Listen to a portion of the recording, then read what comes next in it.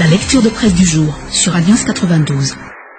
De notre lecture de presse en ce lundi 25 novembre, tout de suite le journal Les Nouvelles avec un grand titre deuxième tour, Jean-Louis Robinson à la cote. Ici donc c'est mise à la une. Et par rapport au sujet politique, second tour, Jean-Louis Robinson favori. Au journal Les Nouvelles de nous faire part qu'il faut reconnaître que le premier tour a réservé pas mal de surprises. Une situation qui a provoqué des désaccords au sein du camp Raduel et pour cause, le résultat de son candidat n'a pas été à la hauteur des moyens mis à la disposition durant la campagne électorale. Les proches du pouvoir n'ont pas lésigné sur les moyens pour favoriser leur joker d'un mot en aval de l'administration.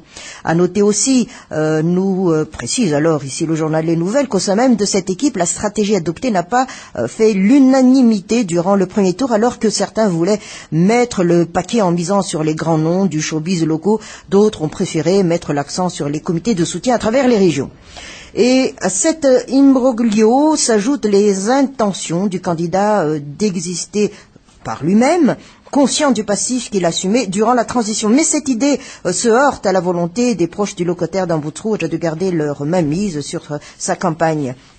La mise sur pied alors d'un autre quartier général de l'équipe Antan Rennes explique cette position à l'entame du second tour donc. Si l'on croit la déclaration du candidat Erazor Mapian vendredi dernier, les différences sont aplanies entre le président de la transition Andrazel et lui. Et le groupe cependant ne montre pas une volonté de nouer d'une quelconque alliance pour le second tour. Au contraire, nous dit ici cet article du journal Les Nouvelles, il préfère faire cavalier seul. Or, tout porte à croire que Erazor Mapian n'a pas coupé le cordon. Et ce, d'autant plus que le président de la transition et ses proches détiennent le contrôle des finances, le nerf de la guerre et certainement d'autres moyens de pression sur l'ancien ministre des Finances et du Budget. Il semble donc que Erazor Mapian ne veut pas officiellement renier la mainmise de son patron. Une condition pourtant indispensable au ralliement des anciens camarades de lutte qui ont été persécutés pendant la campagne électorale. Toujours par rapport donc à ce titre second tour, Jean-Louis Robinson favori, et de cet article, le journal Les Nouvelles nous dit que Jean-Louis Robinson a sans doute compris l'importance de son électorat dans la capitale, mais il a besoin d'autres personnalités pour conquérir les différentes localités du pays. L'électorat de Camille Vital dans le sud, celui de Adjan Renarville dans le sud-est et de Roland Ratirgue dans le nord-est sont sur ce point non négligeable pour le second tour. Et quoi qu'il en soit, tout va donc dépendre de sa capacité de finaliser les discussions en cours et surtout à tenir parole une fois arrivé au pouvoir, parce que ces trois personnalités vont représenter un bloc important pour le Parlement à venir. Et ce dernier, il va élire deux chefs d'institution, comme nous le savons, le président de l'Assemblée nationale et celui du Sénat. Madagascar matin, ouverture du bal avec changement de partenaire, glissade, un parquet trop ciré, c'est le grand titre ici fourni par le journal. Le Parti vert pour Jean-Louis Robinson, un des articles en page 3 du journal Madagascar matin, Sarah Georgette Rabéarsou a choisi son camp. Et devant quelques candidats du Parti vert aux prochaines élections législatives, la candidate numéro 16 s'est engagée à s'aligner avec le docteur Jean-Louis Robinson durant donc le second tour du 20 décembre prochain. Nous lançons aujourd'hui un appel à tous les membres du parti à travers le pays à se rallier à notre décision. Le Parti vert a été intégré par des personnes convaincues de son idéologie. Aucune crainte donc que les consignes de vote du bureau politique ne soient pas suivies. Voilà ce qu'avançait ici donc Sarah Georgette Rabéarsou. Et la principale raison du soutien au docteur Jean-Louis Robinson concerne sa non-participation au processus transitoire, selon toujours donc les explications du numéro 1 du Parti vert.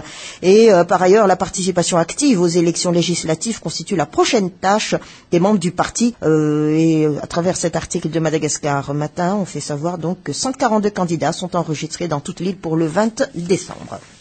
Midi Madagascar, négociation pour le second tour, les téléphones portables des candidats sur écoute. C'est le grand titre ici fourni par le journal. Mais voyons plutôt cette colonne vision qui nous dit en titre porte-flambeau. Les deux candidats ne se ressemblent pas, même s'ils le sont des purs produits de l'université dans le cadre avant d'embrasser des formations et des spécialisations à l'étranger. Deux personnalités différentes avec leurs qualités et leurs défauts, nous dit ici Vision de Midi Madagascar. Jean-Louis Robinson embrasse la carrière de médecin et Erazor Mapian celle d'expert comptable. Ils sont devenus rivaux politiquement dans cette élection présidentielle, étant aux yeux des électeurs les porte-flambeaux des deux adversaires politiques à l'origine de la crise de 2009. Ainsi, nous dit cette colonne de vision de Midi Madagascar, les électeurs devront trancher le 20 décembre entre ces deux options. Des candidats battus au premier tour, embarrassés par le choix, préfèrent ne pas donner le consigne de vote à leurs électeurs au second tour, et certains d'entre eux se sont rapprochés en vue des législatives dans l'esprit du ni-ni, c'est-à-dire ni Ravalman ni Raduel. Et le Parti vert et sa candidate arrivent 6e au classement du premier tour, a pris donc la décision de reporter ses voix sur Jean-Louis Robinson, qui ne serait pas impliqué dans les trafics. Les négociations pour des alliances politiques continuent pour les deux candidats du second tour, nous dit ici Vision de Midi Madagascar, et la campagne promet de belles joutes pour convaincre ainsi les électeurs de choisir le bon camp. Anouanani, Radzormapianani, Tim, second tour de la présidentielle, Jean-Louis Robinson dans une position confortable.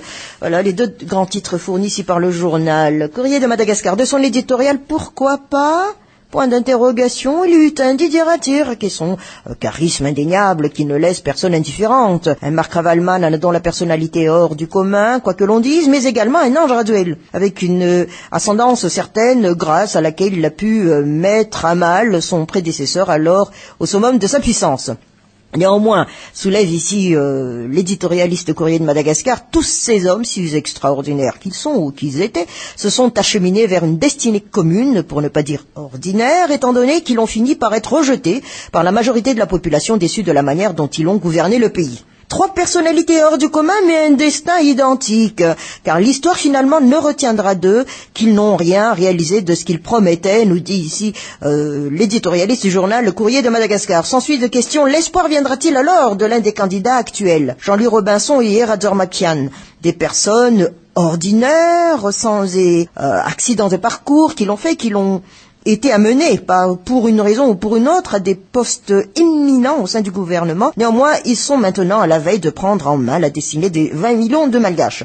Encore une question pour conclure donc ici cet éditorial. Eh bien, à Courrier de Madagascar de la poser, pourquoi ne pas espérer que des personnes ordinaires puissent avoir un destin extraordinaire en amenant enfin le véritable changement dans le pays, les personnes extraordinaires ayant déçu? Point d'interrogation. Le journal La Vérité, réaction sur la frasque de Robinson à l'ITEP, l'opinion publique scandalisée, duel présidentiel et Radzormapian reçoit l'appui du team, les deux grands titres fournis par le journal, mais de son éditorial, qui en dit long aussi le pire à venir. Eh bien, l'appui dense et durable de la nuit du samedi à dimanche dernier dans la capitale ne manquera pas de révéler au grand jour les problèmes auxquels doivent faire face les habitants. Eh bien, sans doute, la montée des eaux jusqu'à d'éventuelles inondations ne menace-t-elle pas encore toute la ville? Ceci étant, eh bien, chaque tombée de pluie montre déjà des conséquences graves, voire dramatiques dans certains quartiers, entre les habitations qui se sont près de s'effondrer et les rues qui se trouvent sous les eaux, les ordures en tout genre apparaissent. L'évacuation des eaux usées est le problème majeur de la ville depuis plusieurs années, sans qu'aucune mesure efficace ait été prise jusqu'à maintenant. Ainsi, les victimes ne cessent-elles de s'en plaindre et les responsables semblent être de plus en plus impuissants à résoudre ce problème. La situation va en s'aggravant chaque année. Toujours à l'éditorialiste du journal La Vérité de nous faire part que la surpopulation dans la capitale, l'insuffisance d'infrastructures, l'anarchie dans les constructions et l'indiscipline consécutive au manque de civisme et non-respect des lois sont entre autres les causes constamment avancées pour expliquer ces états des lieux.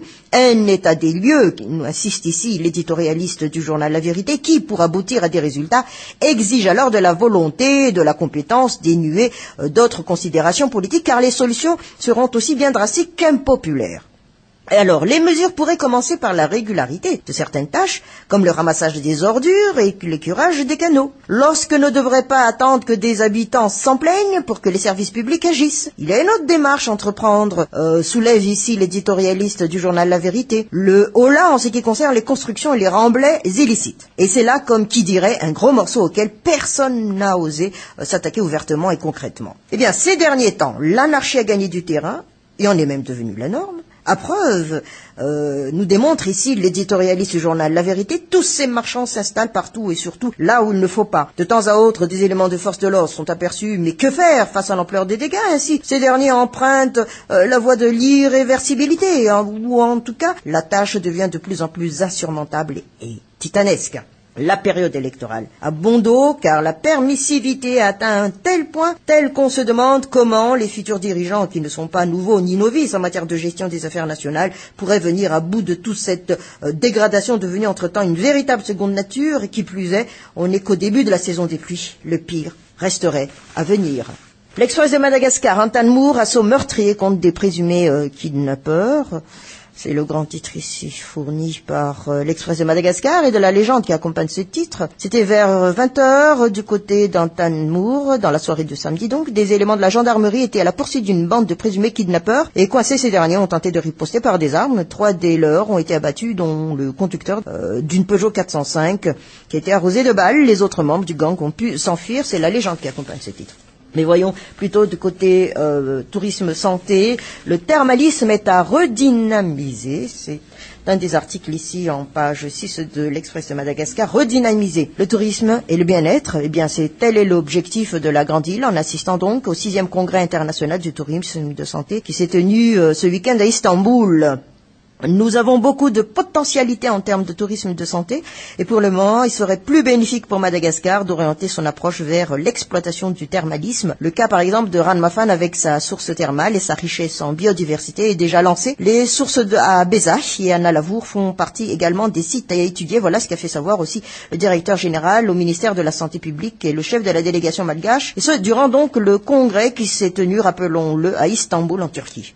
Et toujours de cet article de l'Express de Madagascar, le site thermal d'Antirabé ne semble pas pour l'instant remplir donc les critères requis. Il faudrait à la fois un site riche en biodiversité, une source thermale afin d'attirer les visiteurs étrangers. Mais ces critères n'empêchent pas de faire profiter le tourisme de santé à la population locale, comme c'est déjà le cas Antirabé. D'ailleurs, a toujours enchaîné ici en explication le directeur général de la santé. Et les leçons à tirer ne manquaient pas durant ce congrès international. Ainsi, le plus important serait de s'inspirer des expériences des autres pays, comme celle de Turquie, pour en élaborer des stratégies propres à Madagascar, et ce pays ne semble déjà très en avance en tourisme de santé. Il a toutes les infrastructures requises, a d'ailleurs souligné toujours le directeur général du ministère de la Santé.